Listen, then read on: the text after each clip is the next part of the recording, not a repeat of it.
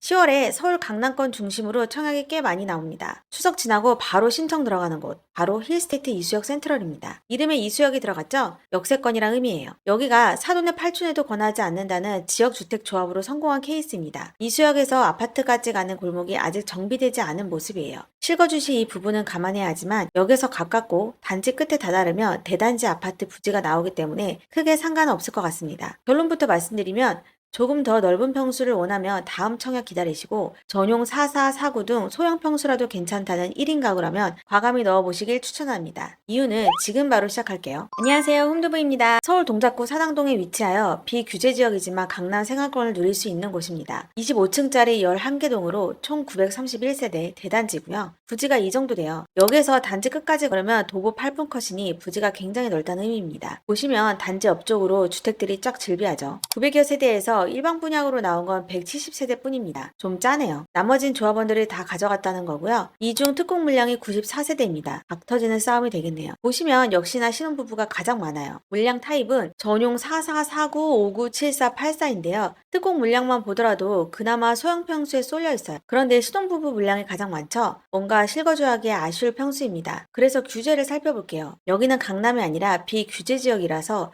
전매 제한 1년만 있고 거주 의무나 재당첨 제한이 없습니다. 전매 제한도 2025년 10월 22일부터 1년이니까 내년 10월에는 팔 수 있어요. 여기 입주 예정일이 2028년 4월이라서 입주 전에도 매매가 가능하다는 거죠. 그렇다면 실거주보다는 이런 투자 수요로 많이 몰릴 것 같습니다. 그럼 말 나온 김에 특공 물량으로 가장 많이 나온 신혼부부 신청 조건을 볼게요. 기본적으로 힐스테이트 이수역 센트럴은 서울 및 수도권 거주자라면 시청할 수 있는데요. 경쟁 발생 시에 서울 거주자가 우선이에요. 어마어마한 경쟁이 예상되니 거의 서울 거주자에게 돌아갈 것 같은 예감입니다. 10월 2일 공고문이 나온 기준으로 서울 및 인천, 경기도에 거주하는 신혼부부 무주택 세대 구성원이 신청할 수 있고요. 부동산 자산이 3억 3,100만 원 이하 또는 일정 소득 기준을 충족해야 합니다. 청약 통장은 가입 6개월 넘어야 되고요. 그리고 일반 공급 1순위에서는 우선 가점제가 40%, 추첨제가 60%로 구성되어 있어서 가점이 높지 않아도 추첨제로 기회를 얻을 수 있습니다. 그리고 1주택자도 1순위에 신청할 수 있고요. 단 추첨제에서 경쟁 발생 시에 무주택 세대 구성원이 우선이에요. 자, 이제 중요한 가격을 볼게요. 전용 44가 약 10억에서 11억, 전용 49가 약 11억에서 13억, 전용 59가 약 16에서 17억, 전용 74가 약 18억에서 19억, 그리고 9평이죠. 전용 84가 약 21억에서 22억입니다. 여기에는 발코니 확장비가 모두 포함되어 있는 가격이고요. 계약금 10%가 두 차례 나눠서 내요. 중도금 60%고요. 2026년 2월부터 2027년 9월까지 4회에 걸쳐서 분납을 합니다. 이자 후불제이니까 이자 금액도 감안을 하셔야 됩니다. 잠금 30%는 입주 시에 지불하면 됩니다. 그럼 당첨되면 돈이 얼마나 필요할까 계획을 세워볼게요. 홈드부 좋아요, 구독 눌러주시고 궁금한 점은 댓글로 남겨주세요. 우선 84 타입은 22억 7천만 원 기준으로 세워볼게요. 우선 1차 계약금 1억 1천만 원은 계약 시에 2차 계약금 1억 1천만 원은 11월까지 현금으로 준비해야 됩니다. 중도금과 잔금은 입주 시에 주담대로 돌려도 되는데요. 대출 규제 때문에 주담대 한도가 최대 6억이에요. 즉 주담대 6억을 제하고 13억 8천만 원이 더 필요하니 계약금까지 합해서 필요한 현금은 총 16억 7천만 원입니다. 물론 중도금, 이자 및 세금은 제외한 금액이고요. 그리고 주담대를 6억으로 홀로 받으려면 딜살 40%를 충족해야 돼요. 금리 5%로 계산하면 연봉이 약 9,700만 원 이상이어야 받을 수 있고 원리금 상한액은 월 320만 원 정도 됩니다. 이렇게 주담대 받으면 6개월 내 실거주를 해야 되고요. 근데 힐스테이트 이수역 센트럴은 거주 의무가 없기 때문에 바로 갭 투자를 놓을 수 있는데 이럴 경우 보증금을 현금으로만 내는 세입자를 찾아야 됩니다. 그런데 아까 소형 평수 물량이 그나마 많다고 했잖아요.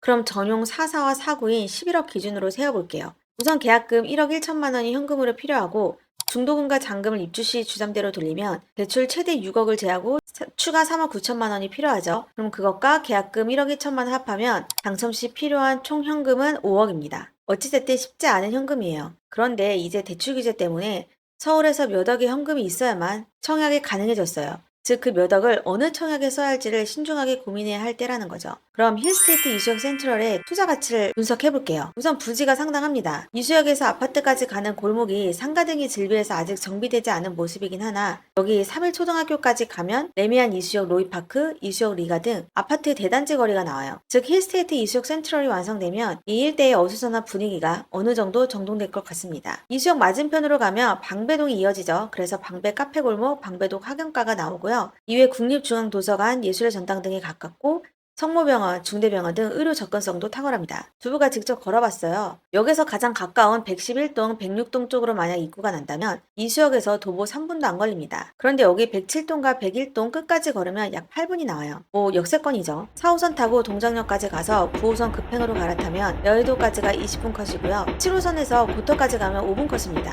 서울 중심지로서의 입지 가치가 굉장히 높아요. 남성초등학교, 3일초등학교를 배정받게 됩니다. 남성초등학교는 언덕이 꽤 되고 3일초는 이수역 리가 옆에 붙어있는 초품화라서 아마 3일초 선호도가 높을 것 같아요. 남성중, 경문고, 서문여고가 1km 내에 위치해 있습니다. 힐스테이트 이수역 센트럴 구평 최고가가 약 22억 7천이었잖아요. 주변 시세를 볼게요. 이수역에서 단지 끝까지 따라가면 레미안 이수역 로이파크가 나와요. 2018년생이고요. 구평 호가가 21억에 나와 있습니다. 같은 동작구지만 구 반포역에 가까운 이수 스위츠앤 포레일즈 구평 역시 21억입니다. 방배동은 강남권으로 넘어가니 비교하지 않을 거고요. 같은 동작구 내에서 힐스테이트 이수역 센트럴의 시세 차익은 없어 보입니다. 그러나 신축 프리미엄과 초역세권 장점을 극대화하면 향후 안진마진은 5천만 원 내외로 발생할 것 같아요. 가장 중요한 건 그래서 해, 마라인데요. 두부별 4개입니다. 일단 여건이 된다면 넣어보세요. 만약 동일한 현금이 있고 가점이 높다면 잠깐 스탑하세요. 10월에서 11월 분양 예정인 반포 레미안 트리니언과 아크로드 서치어에 넣기를 추천합니다. 이곳들 역시 국평가가 비슷하게 나올 거긴 한데 강남 규제 지역이면서 분상 지역이라 안전 마진이 10억 이상 예상됩니다. 힐스테이트 이수역 센트럴은 분양가가 비슷한데 안전 마진이 없잖아요. 물론 앞서 얘기했듯 규제 지역이 아니라 전매 제한 1년 제한만 있으니까 바로 매매가 가능하고 전용 4사, 4구 물량이 많아 1인 가구 도전하기에는 적합해 보입니다. 특공 접수는 10월 14일이고요. 당첨자 발표일이 10월 22일입니다. 홈두부에 들어오셔서 청약을 클릭하면 이렇게 다양한 청약 분석을 보실 수 있고요. 별 개수를 부여해서 청약 공고문만 보고는 이 청약을 과연 하는 게 좋을까 맞을까 좀 헷갈릴 때 정확한 가이드를 드리고 있습니다.